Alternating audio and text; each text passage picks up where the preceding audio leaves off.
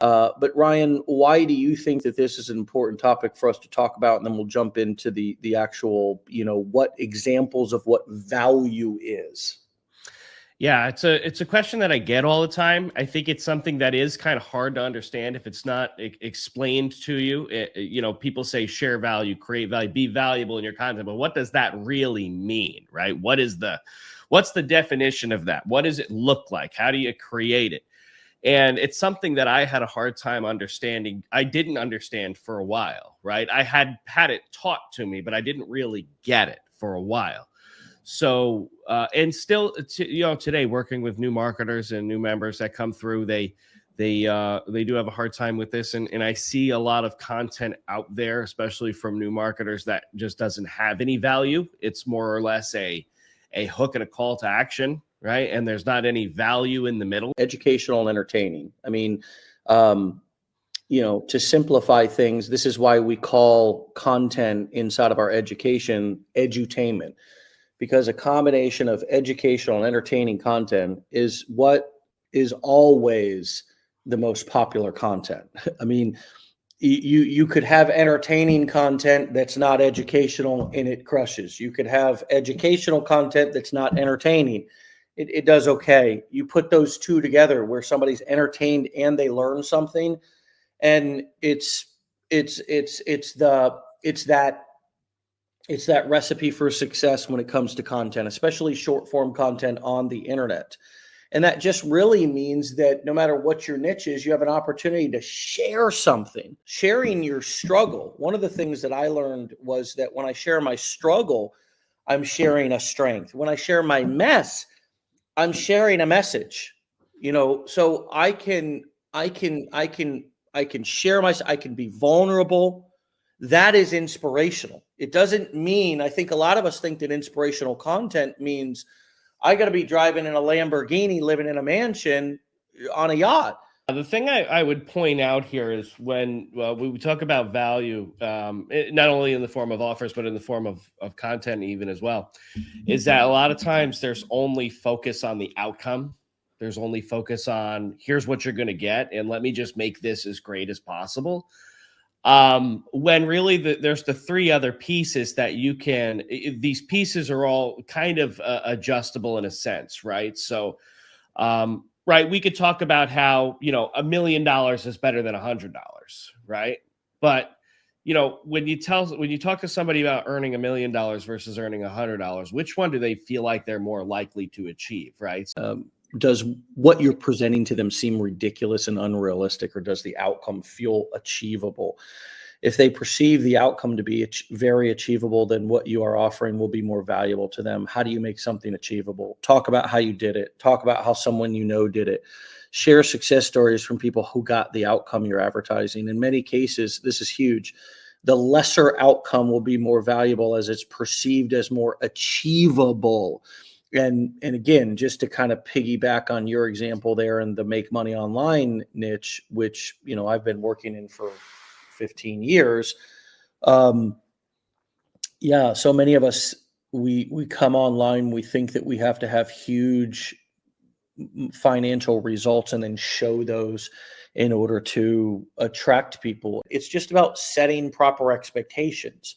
It's about using hooks and headlines that are benefit driven and also create curiosity within the customer, whether that's a headline or a hook. A hook is the first couple of words you say in a video. And then when you begin to teach something, it's always going to be about the results that they can get. So people they always care about the outcome. I almost have a firm belief that, there's a lot of people who want to make money online. If you told them to stand on their head for 10 hours a day, and do jumping jacks at the top of every hour, they would try. People don't really care how they get the outcome, just as long as they get the outcome. Instead of saying, hey, here's how to make $1 million or six figures, or thinking you need to have some big result, it's about talking about and focusing on with your customers, them getting started in every single niche. Ryan, the people who are going to buy the most are always going to be the new people, dude. It's never going to be the people who are already getting results that want to take it to the next level. It's always people who have a hard time getting started. My point is that mixing in these different types of value in a more practical way, instead of trying to be fancy. What's the most valuable thing in community? It's older people sharing, passing knowledge, wisdom down to younger people. You guys have the opportunity to be able to do that right now. You're not doing it.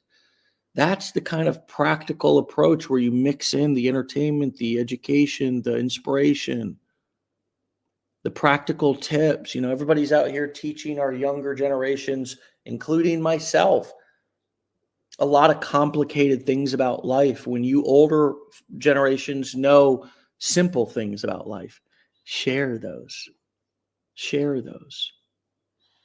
Watch your engagement grow.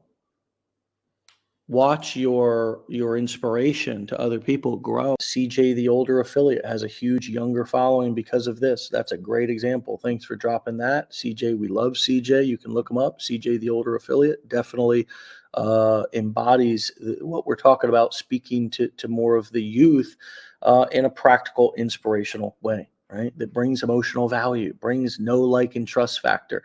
Great example. Thanks, Bonnie. All right, my friends. We'll see you back here tomorrow for another episode of Wake Up Legendary. Hey, what's going on, my friends? It's Dave Sharp. And, well, let me go ahead and bring in my guest here. Ryan Halpert. What's going on, Ryan? What's up, Dave? How you doing today? I'm fantastic. My friends, welcome to Wake Up Legendary. We are now officially, Ryan has been back. I was a couple of days behind him coming out of Austin. Man, we just finished up an amazing mastermind event. I know you mentioned it on the show this week. Just for those who weren't there, what was your overall impression and takeaway from the event? Oh, it was one of the best events we've ever done. It just being in a room with the caliber of people that are there, the guests and the speakers and our team. It's a level of energy you can't find anywhere else. It's an experience you can't really get anywhere else. It's not something you can get at a sporting event or some kind of another show. I need to have those results. Similar to in the Make Money Online niche, you compare yourself to somebody your age or somebody that you saw that you think you're alike, and you begin comparing. You must think you're alike because you compare yourself to them and feel bad because you don't have the same results that they have. This solves that problem, because now you don't have to put all that pressure on yourself to help somebody to become a bodybuilder, help somebody to become a millionaire. That's not what even people want. They really just, most people want to get started. They're afraid to start. They're not even thinking about the ultimate outcome. They haven't even made it that far. You're thinking about that. They're not. They're just thinking about getting started. Okay, you put those two together where somebody's entertained and they learn something, and it's that recipe for success when it comes to content, especially short form content on the internet. And that just really means that no matter what your niche is, you have an opportunity to share something. And you can do that through, stories. You can do that through actually teaching something. This morning, we're just straight teaching something, but you can tell a story. You can, you can give an analogy or a metaphor. There's lots of different ways to teach something in an entertaining way. The other way to add entertainment to your education is just to be yourself. Look at us. I mean, a little more animated, a little more excited. Be excited about what you're teaching. We'll be sharing more content about this, but it's like a lot of you older people are like, think that you're talking to other older people. You're not. You should be creating inspirational content for younger people. At least mixing that in. I guarantee you that'll do better than trying to talk to other older people who are more skeptical. Get younger people involved on your post. This is what I would have done differently at 20. Those type of posts 5 lessons I would have shared with myself when I was 18. Those type of posts. I mean, um, there's tons of examples out there. There's tons of examples. Relatable content is practical content, is inspirational content. And the more that you can learn to, be yourself and not worry about looking perfect, honestly, the more inspirational it'll be nowadays in 2025. That's not true in 1983 when I was born. In 1983, commercials, marketing, everything was fake. Actors, right? I was watching this documentary on O.J. Simpson on Netflix that just came out. Good documentary, and it was just showing all the different ads he was in. I mean, if you ran some of those ads today, we would laugh at them. It'd just be like, this is corny, right? So, and I guarantee with some of you, it's just a slight 2 millimeter tweak to where you are now, again, creating the same content you've been creating with slight tweaks to the outcomes you're talking about. For example, many of you don't think you can do, these sort of how to make money online videos. I don't want to call them side hustles because that's a new term. It's a buzz term, and these are ways to make money online videos, right? It's what we've always called them: make money online videos, business opportunity videos, things of that nature. And you can create those all day long without being hypey or misleading. We've been doing it in this industry for 15 years. It's the actual transformational piece. That's essentially your product, right? When we're talking about in terms of content, you could think of that like the product, right? So a lot of these 4 components, they are, you make your content and your offer and your business more valuable as a whole by keeping these 4 components in mind, and then just continuing to maybe adjust them a little bit in the way that you present your offers and present your videos and create your headlines.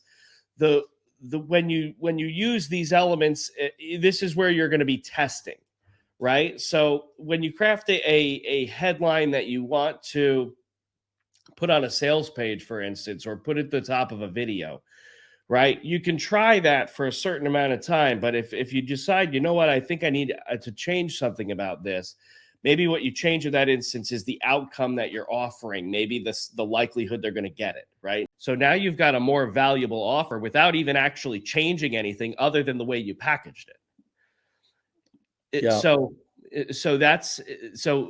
And my point is that you're not changing the offer in a sense. You're just changing the way you present and package it for the people you're advertising it to make it as valuable as possible using these four components. I love that, man.